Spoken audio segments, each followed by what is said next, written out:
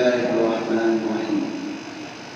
السلام عليكم ورحمة الله وبركاته.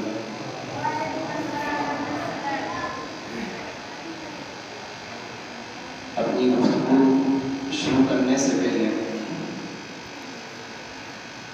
یہ درخواست ہے کہ میں دیکھ رہا ہوں کہ ہمارے سفید ریش بزرگ میرے بالکل سامنے بیٹھے ہوئے ہیں اور میرے نوجوان ساتھی دیواروں کے ساتھ ٹیک لگائے ہوئے ہیں، تو میرے خیال سے محفل تبھی بنے گی کہ اگر ہم دیواروں کو چھوڑ دیں۔ آپ یقین کریں کہ یہ خورم بھائی کو پتہ ہے کہ میری مصروفیات ان کو کتنی زیادہ ہوتی ہیں، اور ممبر پر بیٹھا ہوں یہ بات آپ کو بتا رہا ہوں کہ پچھلے تقریباً 2 سال سے عرق النساء کی بیماری کے اندر بھی شامل ہوں اور ابھی اپنی مسجد کے اندر تراویح پڑھا کر آئے ہوں، اور اس کے بعد اس محفل کے بعد ایک اور جگہ پہ جا کے بات کروں گی۔ تو امید کرتا ہوں کہ آپ احباب میری بات کو توجہ سے سنیں گے اور اللہ رب العزت کے دربار عالی کے اندر دعا ہے کہ اللہ رب العزت جو کچھ میں کہوں حق سچ کہنے کی توفیق عطا فرمائے اور اس کے بعد اس پر بڑھ چڑھ کر عمل کرنے کی توفیق عطا فرمائے۔ الحمدللہ نحمده ونستعینه ونستغفره ونؤمن به ونتوکل علیہ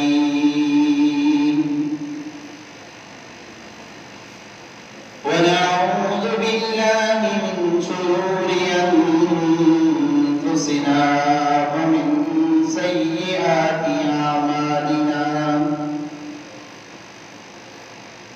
من يهده الله فلا مضل له ومن يضلله فلا هادي له ونشهد أن لا إله إلا الله وحده لا شريك له ولا نظير له ولا ند له ولا ندال له ولا جد له ولا جدال له أما بعد فأعوذ بالله من الشيطان الرجيم بسم الله الرحمن الرحيم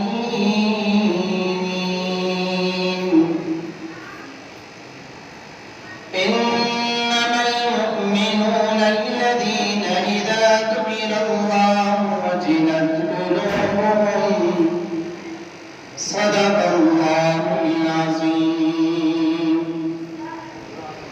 وفي رواية عن عثمان بن عفان رضي الله تعالى عنه خيركم من تعلم القرآن وعلمه أو كما قال عليه الصلاة والسلام اللهم صل على سيدنا ومولانا محمد صلى الله عليه وعلى آله وأصحابه أجمعين۔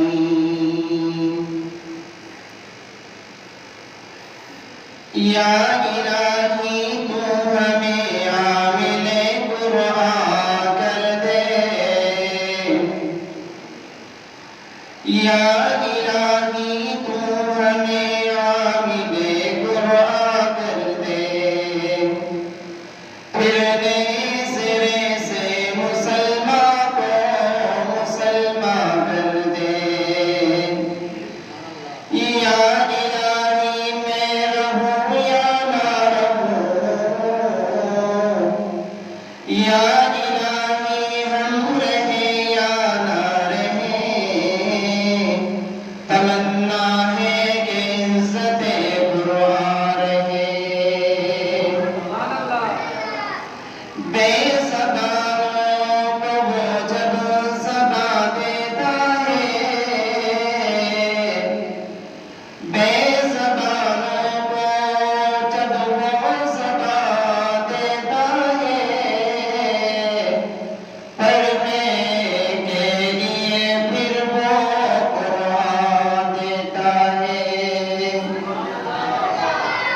بخشنے میں جب وہ آتا ہے گناہگاروں کے گناہوں کو،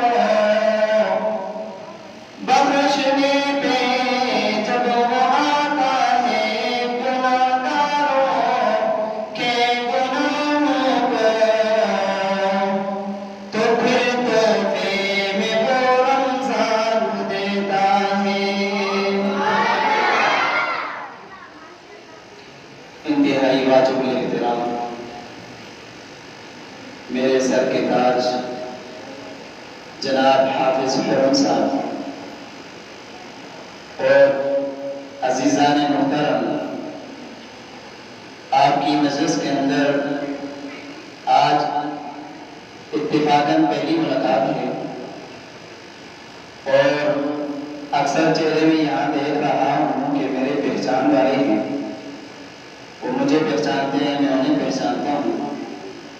مختصر سی بات ہوگی انشاءاللہ، تقریباً 15 سے 20 منٹ، تو امید ہے کہ آپ میری باتوں کو غور سے سنیں گے، اور اس بات پر بھی امید کرتا ہوں کہ جو میں کہوں گا اس پر پہلے میں عمل کروں گا، اور آپ کے سننے کے بعد آپ بھی پھر اس پر عمل کریں گے۔ تو اللہ رب العزت نے انسان کی ابتدا پیدائش سے لے کر اس کے مرنے تک اللہ رب العزت نے ہر قسم کی آرائش، ہر قسم کی فراوانیاں اللہ رب العزت نے اس بندے کو عطا کی ہیں، اور اللہ رب العزت نے اس بندے سے کچھ نہیں چاہا۔ اس بندے کو یہ نہیں کہا کہ تو اپنے لیے رزق کو تلاش کر، یہ نہیں کہا کہ تو روزی کے پیچھے بھاگ۔ کیا کہا قرآن مجید میں آتا ہے، وَمَا خَلَقْتُ الْجِنَّ وَالْإِنسَ إِلَّا لِيَعْبُدُونَ، میں نے اپنے انسانوں کو، جنوں کو اس لیے نہیں پیدا کیا کہ وہ دنیا کے پیچھے بھاگیں، میں نے انسانوں کو اس لیے نہیں پیدا کیا کہ وہ اپنی اولادوں کو پالنے پہ لگ جائیں، میں نے انسانوں کو اس لیے نہیں پیدا کیا کہ وہ اپنی جائیدادیں بنانا شروع کر لیں، میں نے انسانوں کو اس لیے نہیں پیدا کیا کہ وہ محلات، اپنے لیے مکانات کی تعمیرات کرنا شروع کر دیں۔ وَمَا خَلَقْتُ الْجِنَّ وَالْإِنسَ إِلَّا لِيَعْبُدُونَ، قرآن مجید کی لیعبدون کے لام کے ساتھ اللہ تعمیر کر کے قسم اٹھا کے کہہ رہے ہیں لیعبدون، میں نے جنوں اور انسانوں کو صرف اور صرف اپنی عبادت کے لیے پیدا کیا ہے۔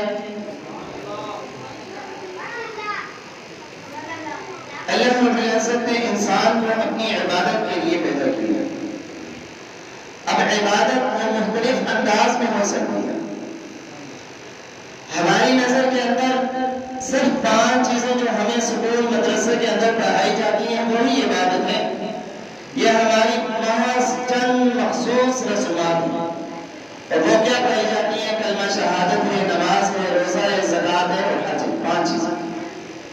یہ بھی عبادت ہیں، لیکن اس کے علاوہ کسی کے ساتھ اچھے طریقے سے بولنا یہ بھی عبادت ہے، کسی کی مدد کرنا یہ بھی عبادت ہے، کسی کے کام آنا یہ بھی عبادت ہے، رستے کے اندر سے پتھر وغیرہ کو ہٹا دینا یہ بھی عبادت ہے۔ عبادت صرف یہ نہیں ہے کہ نماز پڑھ لی، اللہ کے آگے سجدہ کر دیا، وہ بھی عبادت ہے، لیکن چند اور عبادات بھی ہیں۔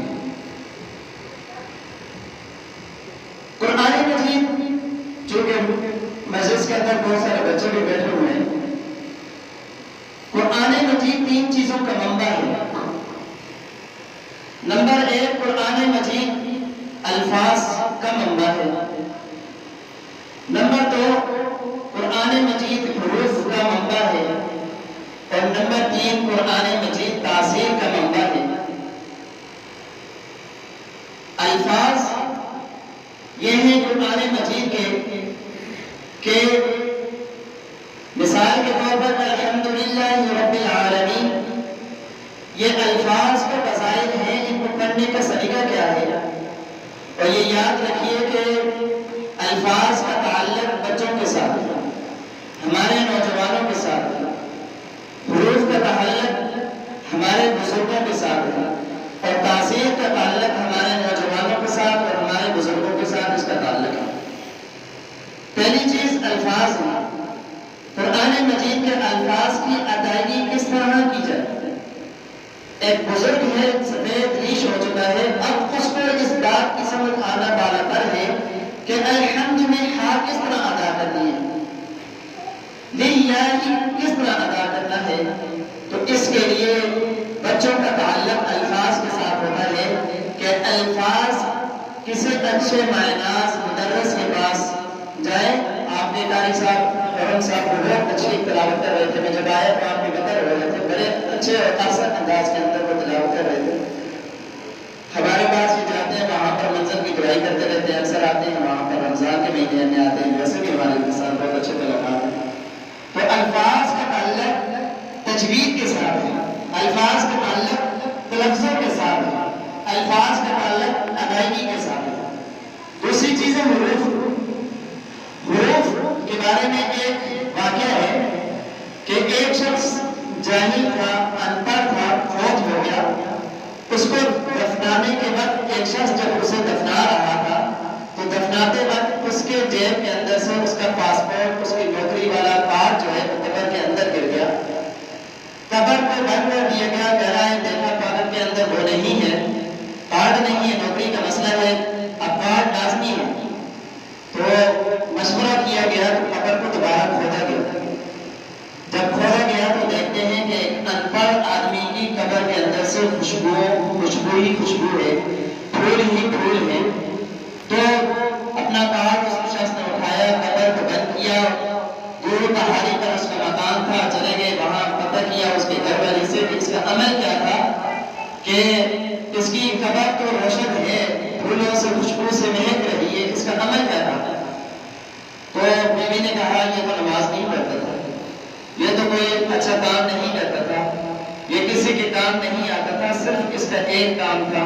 وہ کام یہ تھا کہ یہ جب بھی قرآن مجید کو کھولتا تھا، قرآن مجید کے حروف کے اوپر اپنے ہاتھوں کو پھیرا کرتا تھا اور یہ کہتا تھا کہ اے اللہ یہ جو تو نے فرمایا یہ بالکل سچ فرمایا ہے، اے اللہ یہ تو نے جو فرمایا یہ سچ فرمایا. اللہ رب العزت نے اس پر اس کی قبر کو روشن کر دیا.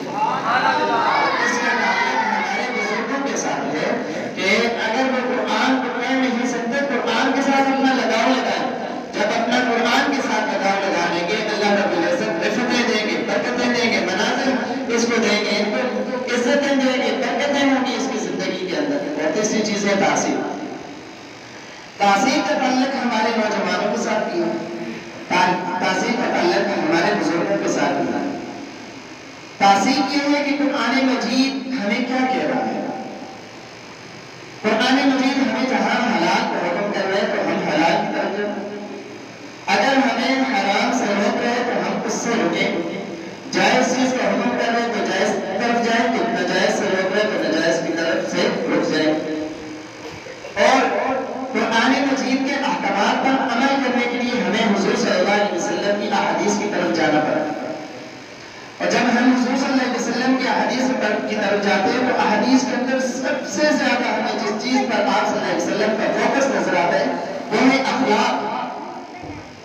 آپ صلی اللہ علیہ وسلم کی زندگی کا مطالعہ کرتے ہیں. آپ صلی اللہ علیہ وسلم نے چند جگہوں کے علاوہ کسی جگہ پر بھی کسی کافر کو بھی بددعا نہیں دی.